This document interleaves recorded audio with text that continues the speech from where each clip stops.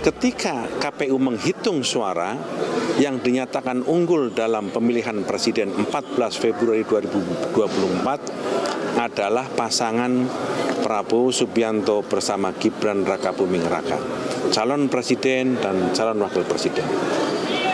Digugat, dipersoalkan, diajukan gugatan itu ke Mahkamah Konstitusi, dan oleh Mahkamah Konstitusi kemenangannya dinyatakan tidak ada masalah dan sah.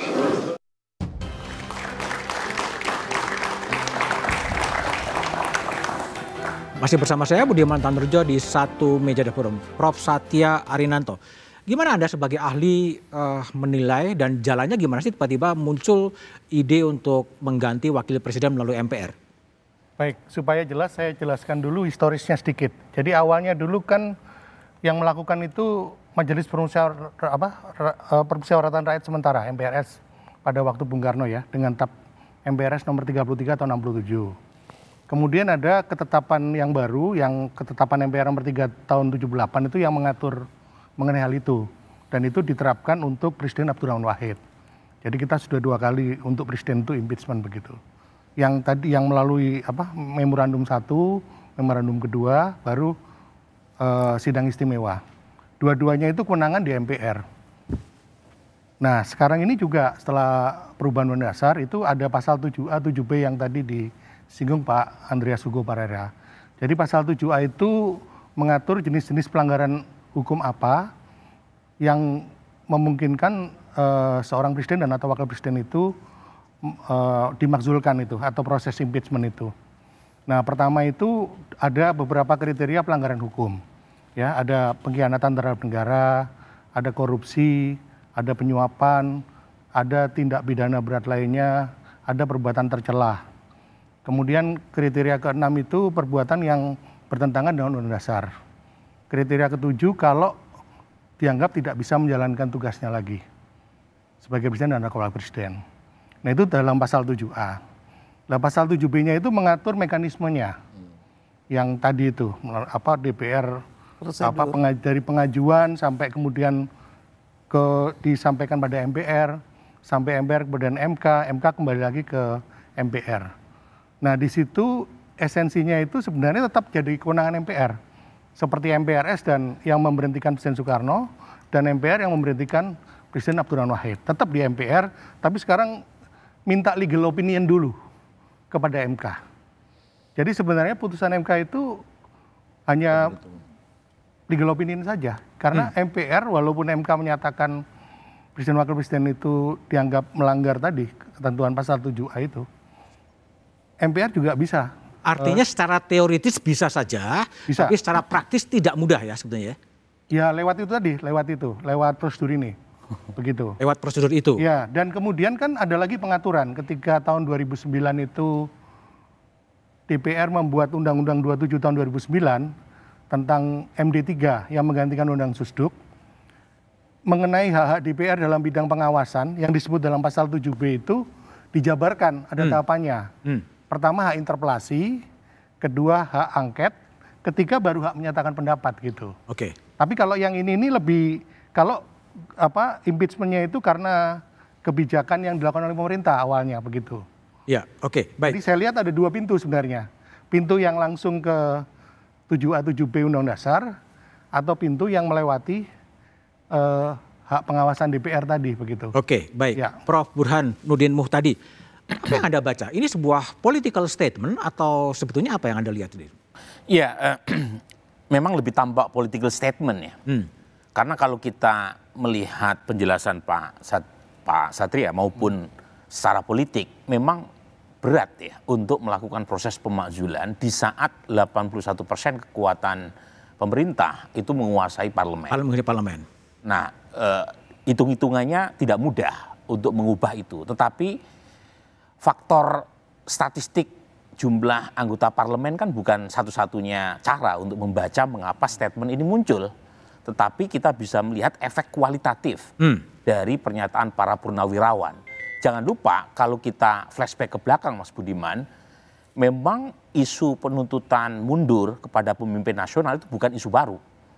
Bahkan sudah terrealisasi minimal pasal impeachment pernah diberlakukan untuk Soekarno maupun Abdurrahman Wahid. Tetapi yang terjadi kalau kita bandingkan ke belakang, Pak Habibie pernah juga diminta mundur, Pak SBY juga pernah, Pak Jokowi apalagi. Tetapi baru kali ini tuntutan mundur, tuntutan diganti itu diarahkan kepada Wakil Presiden. Nah pertanyaannya, kalau secara politik itu susah untuk terrealisasi melihat komposisi parlemen semacam itu, lantas bagaimana cara kita membaca? Nah saya melihat apa yang kita lihat belakangan ini itu tidak bisa dipisahkan dari 2029. 2029? Terutama pasca penghapusan presidensial threshold di MK.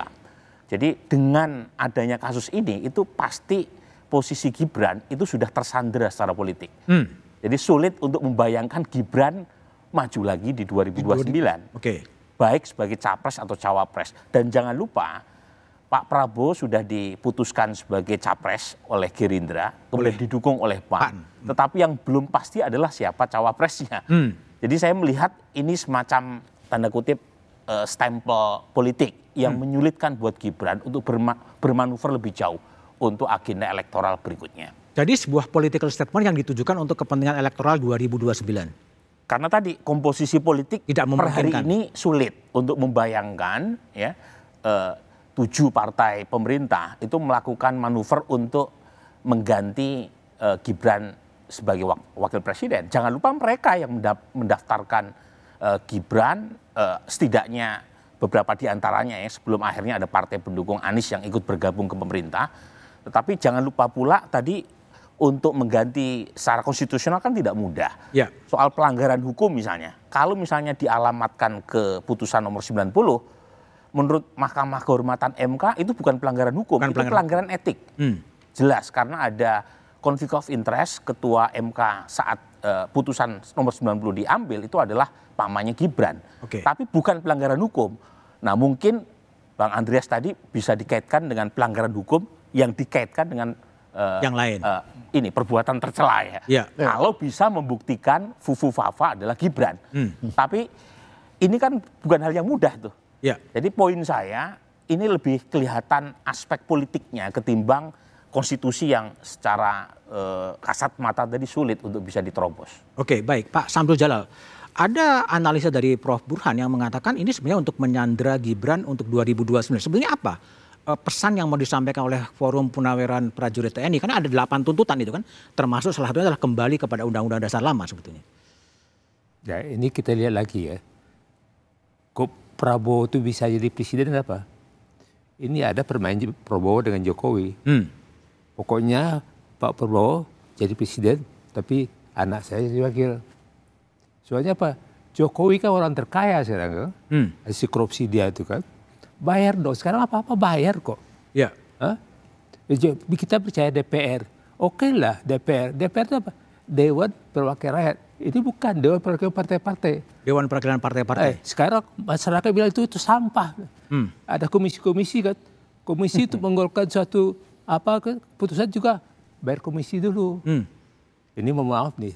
Saya nggak tahu juga. Saya ini udah uzur kan. Saya 82 kan. Saya tamat tenaga militer 65. Saya pensiun 99 terakhir. Terakhir saya di Jaksa Agung, Jam Intel. Jadi apa negara kita ini apa sekarang? Ya bilangnya wah udah gelap, iya emang gelap sekarang.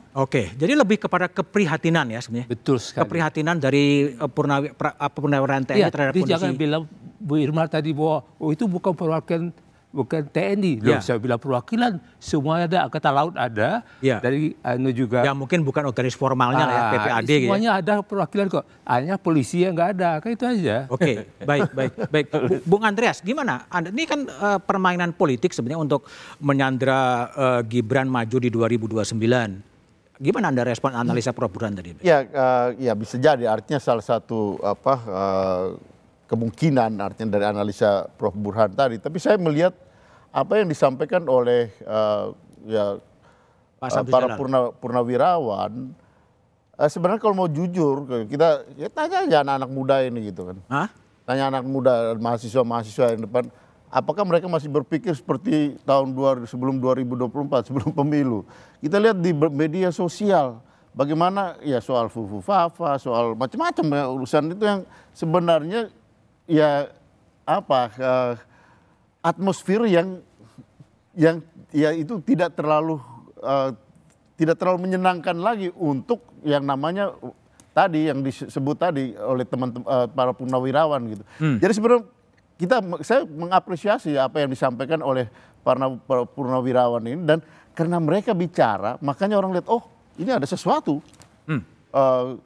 Ya mungkin ya seperti kata teman saya, mungkin kalau hanya relawan ini mungkin orang tidak terlalu perhatian. Gitu. Tapi ini para purnawirawan mereka serius berpikir, dan mungkin mereka menyuarakan apa yang dirasakan juga oleh banyak orang gitu. Oke. Nah ini harus jujur kita melihat ini secara secara politik, secara keseluruhan. Saya melihat kondisi hari ini gitu, lebih pada kondisi hari ini. Baik, nah, bahwa itu persoalan ini kemudian tindak lanjut, nah itu persoalan konstitusi melalui tadi yang saya sampaikan bahwa itu prosedurnya cukup panjang gitu kan. Tapi kita juga jangan lupa gitu bahwa ada yang tahun 67 kemudian Gus Dur tahun 2001, tapi kan tahun 98 kan juga kita pernah mengalami hal yang sama kan, yang tidak gerakan rakyat itu tidak melalui prosedur ini gitu. Baru 97 ada pemilu ketika MPR dengan semua begitu suara mayoritas mengetok palu untuk Pak Harto, ya Mei 98 sudah selesai.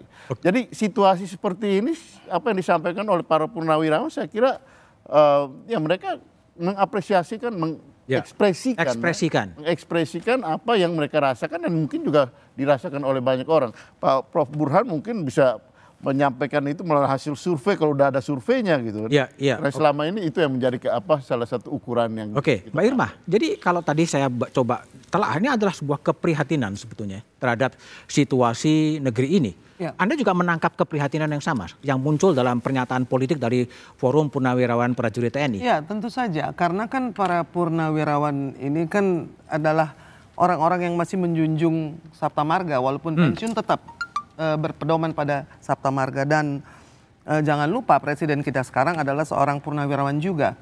Artinya Presiden Prabowo tentu akan mendengarkan suara-suara yang memberikan masukan untuk kebaikan negara, yang tadi saya bilang berpedoman kepada menegakkan keadilan, kejujuran, dan juga kebenaran. Nah, masalahnya tadi kita kan melihat bahwa ini inkonstitusional karena dilepas kepada media dan publik. Gimana inkonstitusionalnya kalau sebagai pernyataan politik? Ya, kan tadi dikatakan bahwa akhirnya menjadi polemik, PPAD mengeluarkan edaran, PPAU mengeluarkan edaran, PPAL kan terlihat tidak elok.